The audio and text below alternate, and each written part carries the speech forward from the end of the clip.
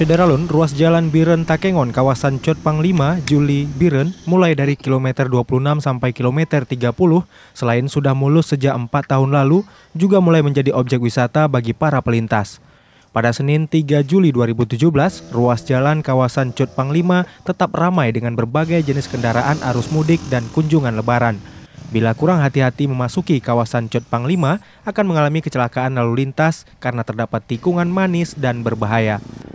Satu tempat pos persinggahan yang berada di atas perbukitan di pinggir ruas jalan Cot Panglima menjadi tempat menarik tersendiri untuk naik ke atas dan melihat ke bawah.